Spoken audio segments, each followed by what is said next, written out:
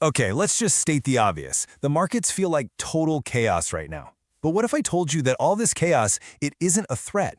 What if it's actually the single greatest investing opportunity of our lifetime?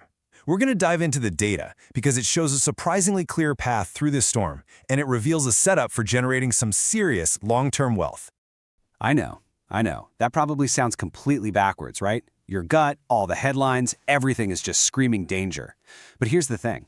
What feels like a crisis is actually the exact set of conditions that history shows has created generational wealth, over and over again.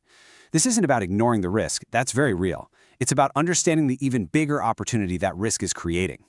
So let's start with Act 1, the storm. And let's call it what it is, the market's bipolar behavior. One day, some hopeful rumor sends stocks flying, and the very next, a single headline sends them crashing down.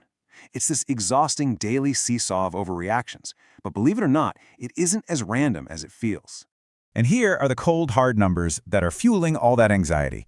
I mean, look at this. In just one quarter, oil is up a massive 35% because of global conflict. Meanwhile, the big tech stocks in the Nasdaq and the broader S&P 500 are deep in the red.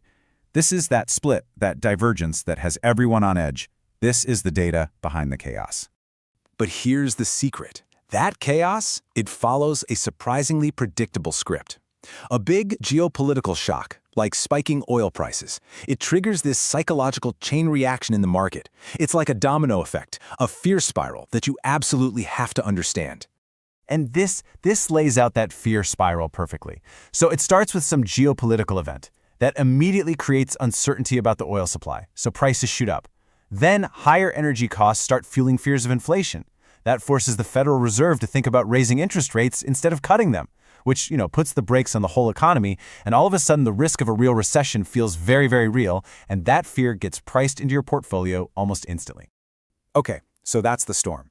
Now for Act 2, the compass. Because the real battle here, it isn't happening on Wall Street.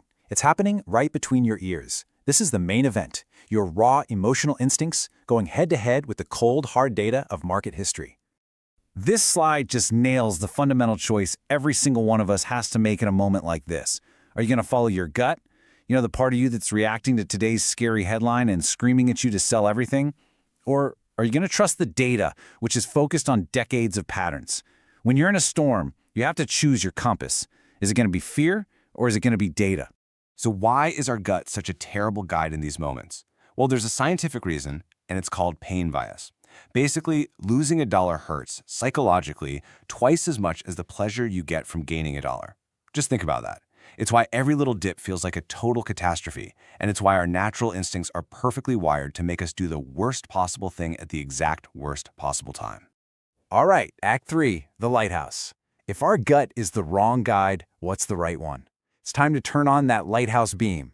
We're going to use the overwhelming evidence of history to just slice right through this emotional fog and see the incredibly clear path forward. And this right here, this is the bedrock of our whole argument. Just look at this imbalance. It's incredible. The average bull market, the good times, lasts almost 5 years and delivers a whopping 180% return. And the average bear market? It's much shorter, about a year and a half, and the damage is way less severe. The market just spends most of its time going up. The deck is totally stacked in your favor if you're a long-term investor.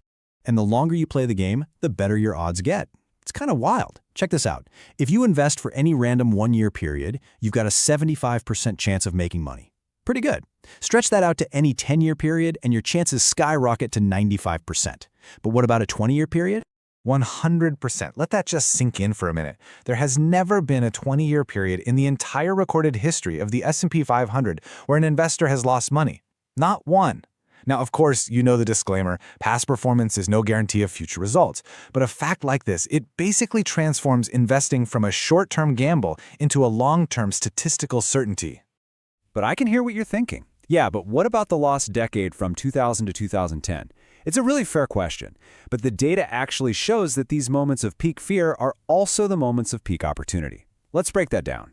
So first off, that lost decade was a really low probability event. But way more important, look at the opportunities it created. Can you imagine buying Microsoft for $15, a company now trading near $370? Or Amazon for less than $2 a share?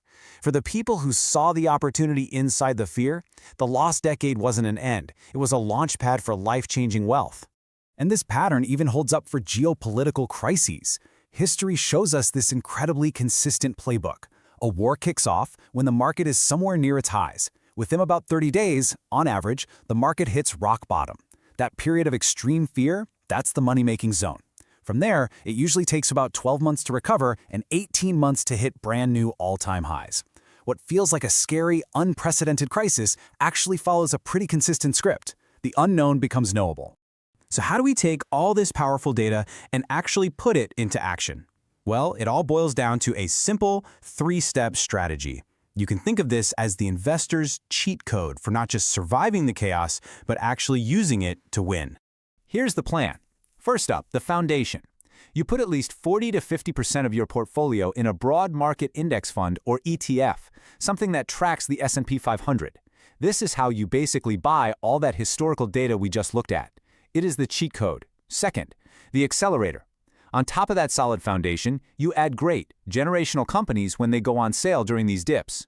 And third, the engine that makes it all work. The discipline and the conviction to just hold on, even when it feels terrifying. And that brings us right back to the central choice. The next time the market is flashing extreme fear, and every single headline is designed to make you panic, what's your compass going to be? Will it be the fleeting panic of the moment, or the unwavering, data-driven compass of history? The choice is yours.